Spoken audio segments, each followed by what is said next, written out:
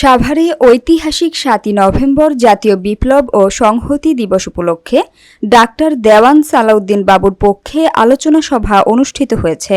বিস্তারিত থাকছে সাভার থেকে মাসুদ রানাকে সাথে নিয়ে ফয়জুল ইসলামের প্রতিবেদনে।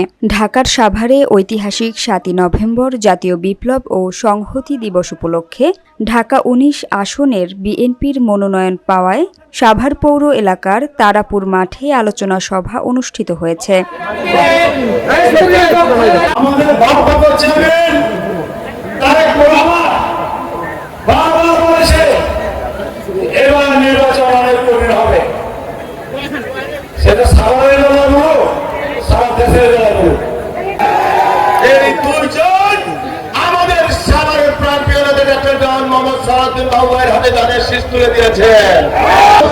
এ সময় প্রধান অতিথি হিসেবে উপস্থিত ছিলেন ঢাকা ১৯ আসনের সাবেক সংসদ ও বিএনপির কেন্দ্রীয় কমিটির সহ পরিবার কল্যাণ বিষয়ক সম্পাদক এবং ঢাকা ১৯ আসনে বিএনপির মনোনীত প্রার্থী ডাক্তার দেওয়ান সালাউদ্দিন বাবু। আগামী নির্বাচনে ধানের শীষ মার্কাকে বিজয়ী করতে এবং জনগণকে সাথে নিয়ে কাজ করার আহ্বান জানান তিনি।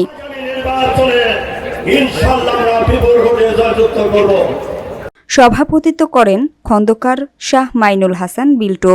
সঞ্চালনায় বদিউজ্জামান বদির। বিশেষ অতিথি হিসেবে উপস্থিত ছিলেন মোহাম্মদ কফিল উদ্দিন, সাবেক উপজেলা চেয়ারম্যান সাভার উপজেলা, জামাল উদ্দিন সরকার, লায়ন মোহাম্মদ খোরশেখ আলম, সাবেক যুগ্ম সম্পাদক ঢাকা জেলা বিএনপি। আরও উপস্থিত ছিলেন সাভার ও আশুলিয়ার সর্বস্তরের নেতৃবৃন্দ ও বিএনপি সহযোগী অঙ্গ সংগঠনের নেতৃবৃন্দ। জনগণের প্রত্যাশা পূরণে আমরা আন্তরিক ও অঙ্গীকারবদ্ধ এবং বিএনপি যে কোনো সিদ্ধান্ত আমরা মেনে চলতে প্রতিশ্রুতিবদ্ধ। আজ আনুষ্ঠানিকভাবে এই জনসভার মাধ্যমে আমরা ঢাকা ১৯-এর নির্বাচনী প্রচারণা শুরু করলাম। নির্বাচন নিয়ে এখনো অনেক চক্রান্ত এবং সুষ্ঠু ভোটের মাধ্যমে একটি দল সরকার পরিচালনার দায়িত্ব পাবে ইনশাআল্লাহ। আগামী নির্বাচন খুবই গুরুত্বপূর্ণ, কারণ এই নির্বাচনের জন্য বিএনপি প্রতিটি নেতা কর্মী ১৫-১৭ বছর অপেক্ষা করেছে।